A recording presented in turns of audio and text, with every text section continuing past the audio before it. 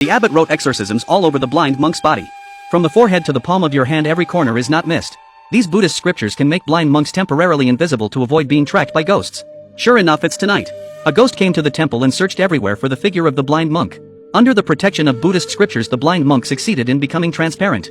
No matter how much the ghost looked, he couldn't find the blind monk sitting in the corridor. The blind monk's greatest talent is playing the lute, but he did not expect that his melodious lute would attract a ghost. One afternoon a few days ago, while the blind monk was playing the lute, a ghost warrior followed the melodious sound of the piano. But not only did he not harm the blind monk, he also invited the blind monk to play the lute to his master. The blind monk cannot see the face of the ghost warrior, so he didn't recognize the samurai in front of him as a ghost. But the blind monk knew very well that the master of the samurai must be a nobleman he could not afford to offend, so he could only follow the ghost warrior to an exceptionally luxurious palace. The blind monk, led by his maid, played the lute for the master of the palace all night. The next morning he returned to the temple in weakness. The blind monk ate his breakfast slowly. At this moment his face was pale, as if he was seriously ill. From this day on, the blind monk will be picked up by the ghost warrior every night.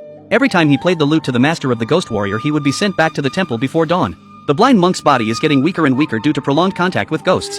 His face was extraordinarily pale and his footsteps were vain as he walked. The abbot asked the blind monk seriously what he had done to become so weak. The blind monk kept silent and told the abbot nothing, because the ghost samurai had warned him not to tell anyone about playing the lute at night. One night, soon after, a sudden storm broke out. Abbot and the others suddenly realized that the blind monk had disappeared again. This kind of thunderstorm is definitely dangerous for a blind person. The abbot immediately brought his men and braved the heavy rain to find the blind monk. But after searching for a long time, they could not find where the blind monk had gone. At the same time, the ghost warrior once again led the blind monk to his master's palace. At the request of the ghost warrior, the blind monk played the lute to all the nobles present. What he didn't know was that his audience were ghosts that had been dead for 800 years.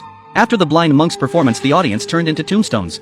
Countless undead drifted into the air surrounding the blind monk. It seems that the deceased audience enjoyed the performance of the blind monk. Just at this moment, the others in the temple finally found the blind monk. After they took the blind monk away, the surrounding tombstones had become ghosts again. When the blind monk returned to the temple, the abbot saw at a glance that he was haunted by ghosts. And tonight the ghosts will definitely come to the blind monk. If the blind monk comes into contact with ghosts again, he will definitely be killed by those ghosts. To protect the blind monk, the abbot wrote Buddhist scriptures all over his body.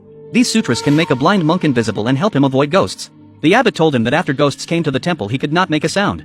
Otherwise he will definitely be discovered by ghosts. In the evening, the blind monk sat alone in the corridor.